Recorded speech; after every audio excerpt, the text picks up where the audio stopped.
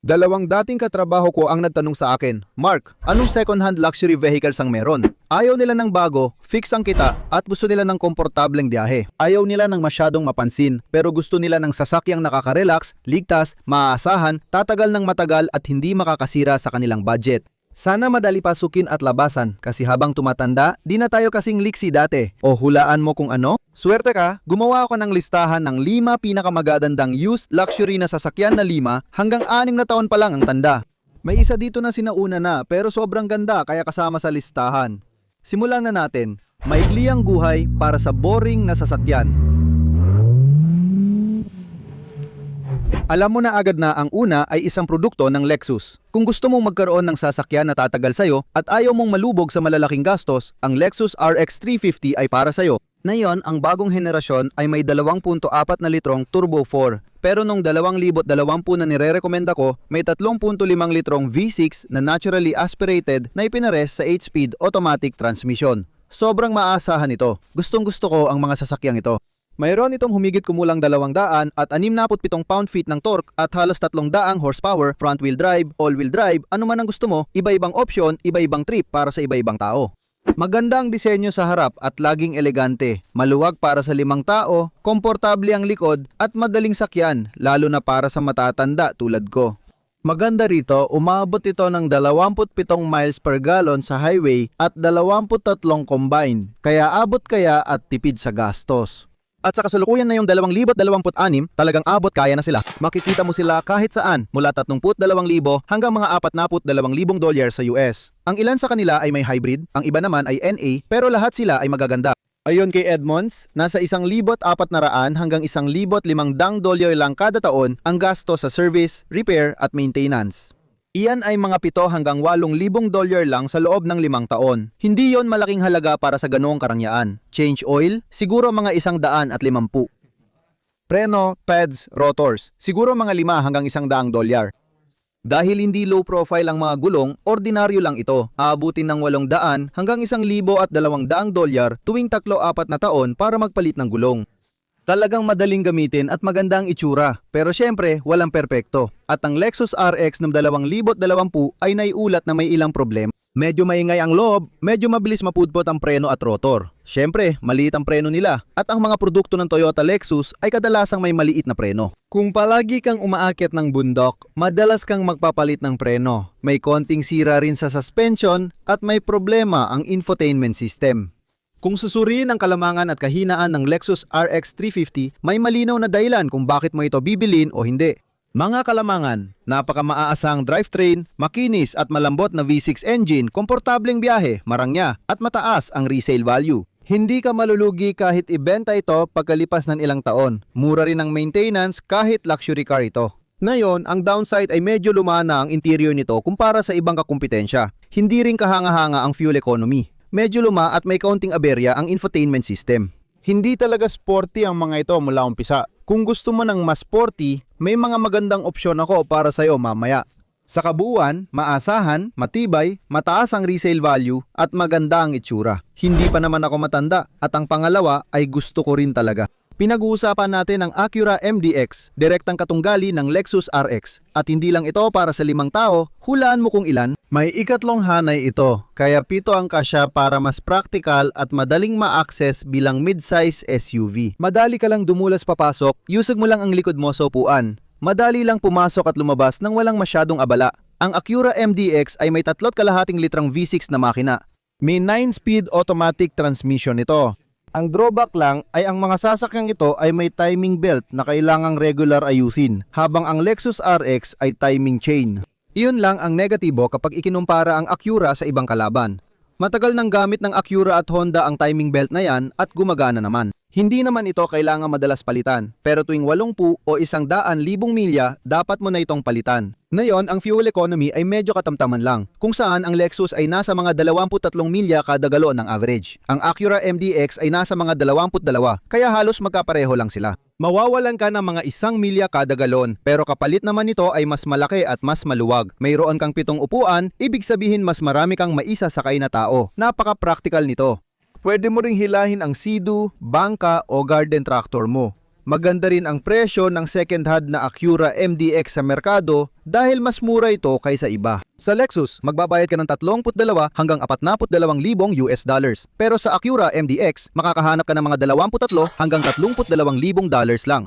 Kaya may halos 10,000 na diferensya sa presyo kahit halos pareho lang ang sasakyan. Honda versus Toyota lang naman. Halos di mo napansin ang dagdag gasto sa timing belt dahil nakakatipid ka ng 5 hanggang 10,000 dolyar sa parehong sasakyan. Pero may advantage ang Acura. Mas madali talaga itong bilhin at alagaan sa mahabang panahon kumpara sa Lexus RX. Sa totoo lang, maaari mong asahan na may mga maliliit na pagkukumpuni. Siguro mga 500 dolyar kada taon sa karaniwan.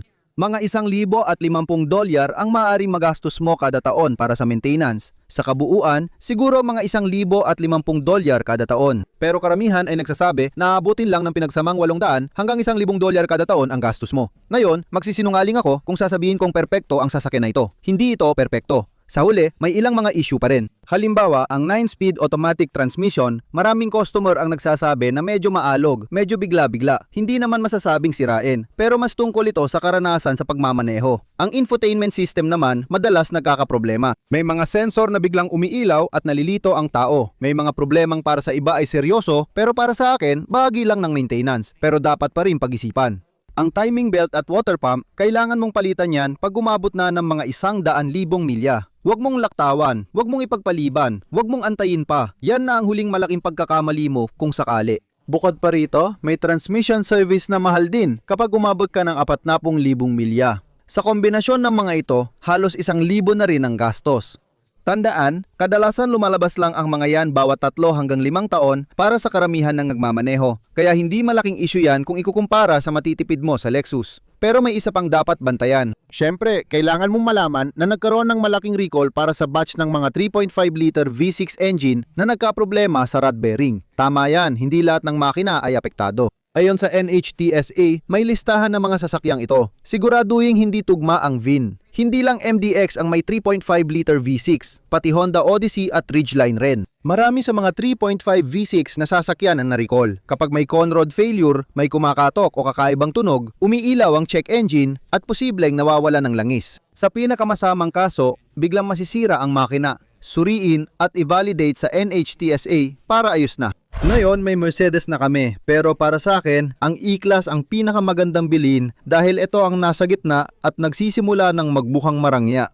Para sa 2020, mga 6 na taon na ang tanda kaya wala na sa warranty, mag-ingat, laging kumuha ng pre-purchase inspection sa mga sasakyang ito. Mayroon itong 255 horsepower 2 litrong turbocharged engine na nagbibigay ng napakalakas na 273 pound-feet ng torque at ipinares ito sa 9G transmission. Tama, shiftable 9-speed automatic ito at maganda ang performance. May halos kapareho kaming transmission at maganda rin. Hindi lang ito pinakamabilis magpalit ng gear. Kung gusto mo ng mas sporty, malamang kailangan mong lumipat sa BMW, siguro Alpha. Para sa karamihan ng matatandang retirado, naghahanap sila ng mas smooth at mas banayad. At ito, siguradong pasok sa hinahanap nila. Kaya nitong mag 0 to 60 sa 6.4 na segundo. Pwede kang pumili ng rear-wheel drive o 4MATIC all-wheel drive na mahalaga lalo na sa mas matatandang nagmamaneho. Gusto nila ng kumpiyansa na hindi madulas, lalo na sa pangit na kalsada o may snow. Kailangan mo ng mapagkakatiwala ang sasakyan, ito yon. Ngayon, ang dagdag na benepisyo kumpara sa dalawa pang sasakyan na parehong mid-size SUV, dito makakakuha ka ng mas magandang fuel economy, mga nasa 25 to 27 miles per gallon. Malaking tulong ito, lalo na sa mahal ng gasolina. Kailangan natin itong pag-isipan at maganda rin dahil mabilis bumaba ang value ng mga ganitong kotse. At kung naghahanap ka ng second-hand na luxury vehicle, pabor yan sa'yo. Ganon din ako, palaging bumibili ng akin at ng C-Class ko. Ganon din ang ginawa namin doon. Palagi akong bumibili ng akin na 3, 4, 5 taon na ang tanda. Sa ganong paraan, nakikita ko yung 50 to 60% na pagbaba ng halaga at napupunta sa bulsa ko ang natipid kong pera. Pero sa kabila niyan, makakahanap ka ng mga sasakyan na ganito. Isang 2020 E-Class na kasing baba ng $1,000. Pero kadalasan, mataas na ang tinakbo ng mga yon. Maghanda ng 30 to 35,000 para sa midland na sasakyan at 35 to 50,000 dollars para sa premium na maayos at mababa ang tinakbo. Mas mataas ang maintenance dahil aleman ang sasakyan. Layunin nilang gumawa ng sasakyan na maayos tumakbo basta tama ang maintenance. Ayon kay Edmunds, umaabot sa $3,500 to $4,000 kada taon ang gasto sa serbisyo.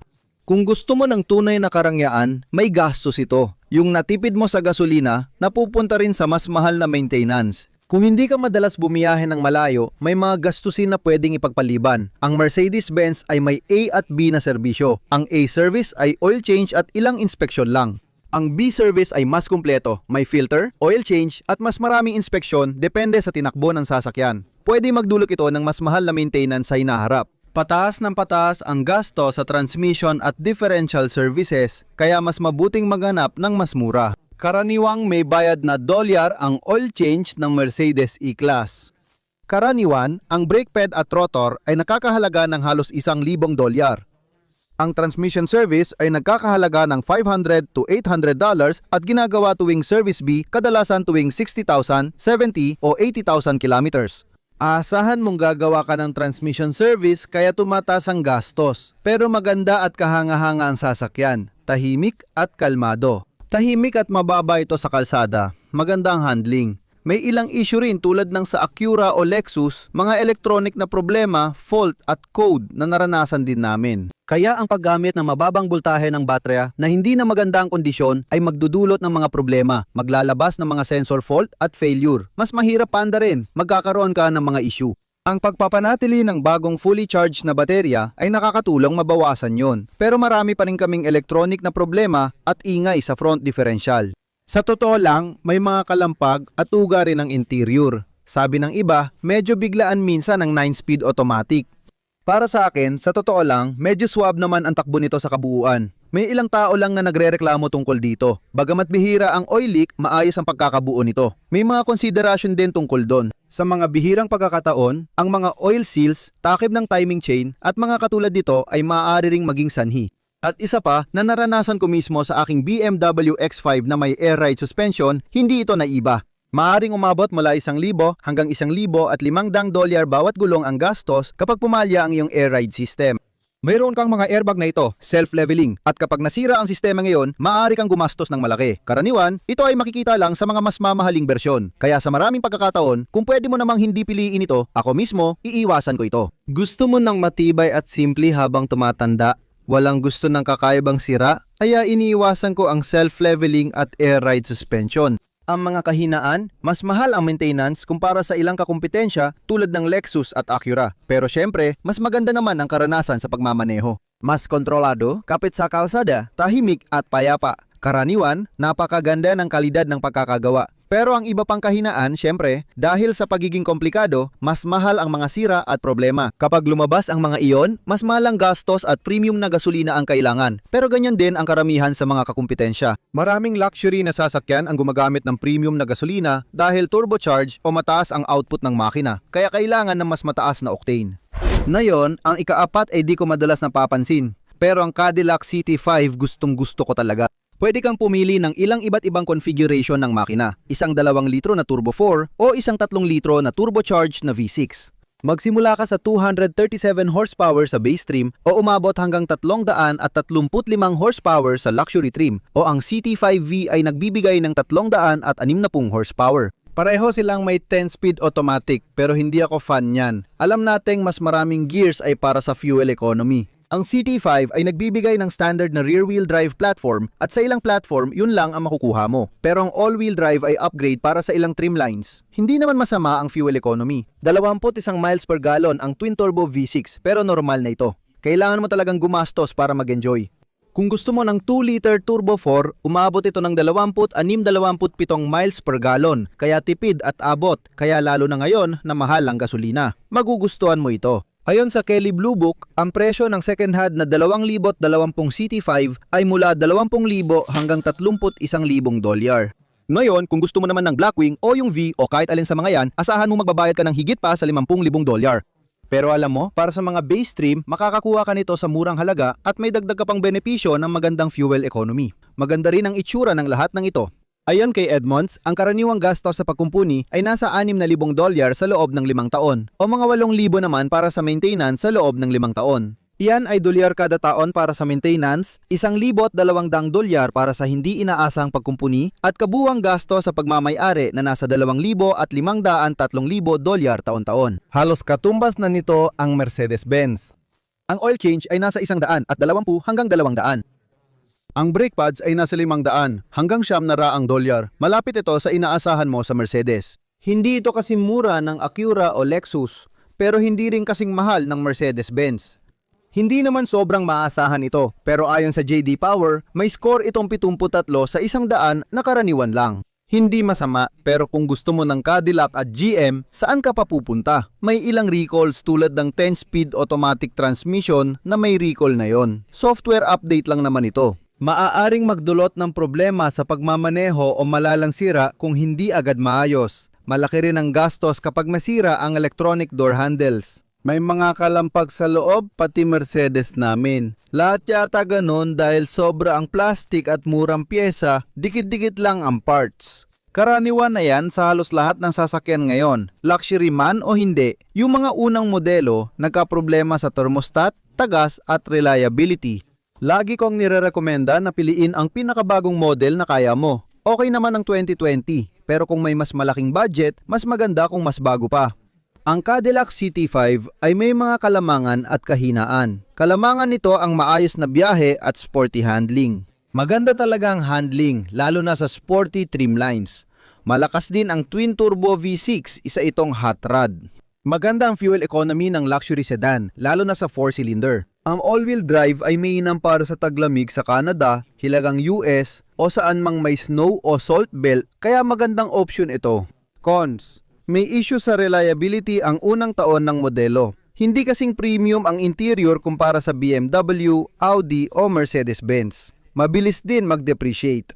Kaya sa huli, kung naghanap ka ng American product, ayaw mo mag-alala tungkol sa mga sasakyang gawa ng Aleman at gusto mo lang ng isang bagay na siguradong masaya, magaan, pero komportable. Madali kang makakapasok at makakalabas dito. May all-wheel drive at magandang fuel economy ang Cadillac CT5, pati abot kaya ang serbisyo at pagkumpuni, kaya pwede mo itong isama sa listahan. Madalas akong tanungin ng mga retirado, Mark, kung may mas luma pa akong may rekomenda, kaya isinama ko ito sa listahan. Dahil minsan gusto mo lang talaga ng mas luma, subok na, matagal nang ginagamit at may napatunayan ng kasaysayan. Dahil ang panglima ay napunta sa lumang 2000 Lexus LS400, hindi mo ito may kakaila. Isa itong 4-liter V8 naturally aspirated na may makinang tinatawag na 1UZ-FE. Naglalabas ito ng 250 hanggang 260 horsepower, may 4-speed automatic transmission, rear-wheel drive, at umaabot ng 0 to 60 sa 7.5 seconds. Sapat para mabilis kang makaalis kahit kailan. Kahit sa mga pamantayan ngayon, mabilis pa rin ito. Mayroon itong 32-valve V8 engine at independent double wishbone suspension na halos hindi pa naririnig noong panahon na yon. Kilala ito sa perpekto at kalmadong karanasan sa pagmamaneho, tahimik, swabe at maaasahan. Ito lang ang V8 sa listahang ito at halos kapantay nito ang fuel economy na may combined rating na 21 miles per gallon at hanggang 26 miles per gallon sa highway. Dahil ito ay mabagal umikot na V8 na may tamang giring, mababa ang konsumo sa gasolina. Malamang iniisip mong mahal ang mga ito. Akala mo siguro classic pero hindi. $3 hanggang $2 lang ang presyo ng mga sira at bulok na sasakyan. Mas mabuting iwasan ang mga ito. Pagkatapos, makakakuha ka na ng sasakyan na medyo maayos sa halagang $5 hanggang $1,000 kahit may gasgas at tinakbo na ng 100,000 o 200,000 milya. Pero kung gusto mo talagang makahanap ng maganda, hanapin mo yung parang karayam sa dayami. Meron kang mahahanap na mababa ang tinakbo, maayos ang pag-aalada, hindi sila wasak o sira. Karaniwan, makikita mo ang mga ganito sa halagang 10 hanggang $15,000. Kaya medyo abot kaya talaga. Ngayon, kung iisipin mo ang gasto sa maintenance ng Lexus bilang isang buong brand, mga $551 kada taon ang karaniwang gasto sa pagpapaservice. Ang LS400 ay nakakahalaga ng $500 kada taon. Karamihan sa gastos ay dahil tumatanda at naluluma ang ilang pyesa. At ang ilan sa mga plastic, goma, bushings, yan ang mga bahagi na magsisimula ng mga ilangan ng kaunting atensyon. Kaya magdadagdag ka ng kaunting dagdag na gastos dyan. Ang timing belt at water pump ay nakakahalaga ng $600 hanggang $900, minsan umaabot ng $1,000. Kailangan mong gawin yan kada ilang taon. Air suspension, 8, daan hanggang $1,200. Oo, kailangan itong ayusin minsan. Ang pagpapalit ng radiator ay hindi rin bihira dahil kinakalawang, nadudumihan at pwedeng tumagas. Umaabot ng $800 depende sa pyesa, labor at klase ng shop. Hindi sila sobrang mahal. Preno, mura rin. 5 hanggang 700 palit ng langis, 100 at 20. Abot kayang sasakyan pa rin ito? Lexus pa. Maasahan sila pero hindi perpekto. Pwedeng masira kahit ano. Ilan sa mga problemang pwede mong asahan? Timing belt, nasa 70,000 milya, power steering pump na tumatagas, at starter motor na mahirap palitan. Napuputpod din ang transmission mounts, pati bushings at mounts. Kapag may kalampag sa chassis, indikasyon na rin yan na nagsisimula ng mag-ingay ang mga ito. Suspension bushings, ball joints, gaya ng sinabi ko, habang tumatanda, kahit anong kotse, mangyayari yan. Oil cooler leaks, oil cooling system, rad hoses, water pumps, thermostats, radiators, lahat ng mga piyesa na yan pwedeng mag-leak kahit matibay sila. Hindi naman sila nagiging malaking problema agad, pero dapat maging maingat ka. Kung malambot at parang sponge na ang mga hose, panahon na para palitan. Injectors, ignition coils, at iba pa ay karaniwang nasisira at bahagi ng maintenance.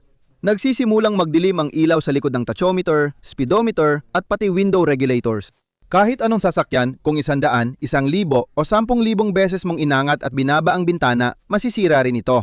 Sa katagalan, napupunit at napupudpud ang mga upuan at nagmumukhang sira ang mga gilid. Tumitigas at nagiging marupok din ang mga wiring. Maari ka ring makaranas ng electrical na problema dahil sa pagtanda, pero wala namang particular na issue. Karaniwang nararanasan ng mga tao ang ganitong problema sa tumatandang sasakyan at hindi na iiba ang Lexus LS400. Pero sa huli, ang Lexus LS400 ay may napakagandang reputasyon pagdating sa tibay. Nakilala sa maraming dokumentadong kaso ng umaabot sa 300,000 hanggang 500,000 milya. Umabot pa nga sa 1,000,000 milya ang ilang kaso. Tama yan.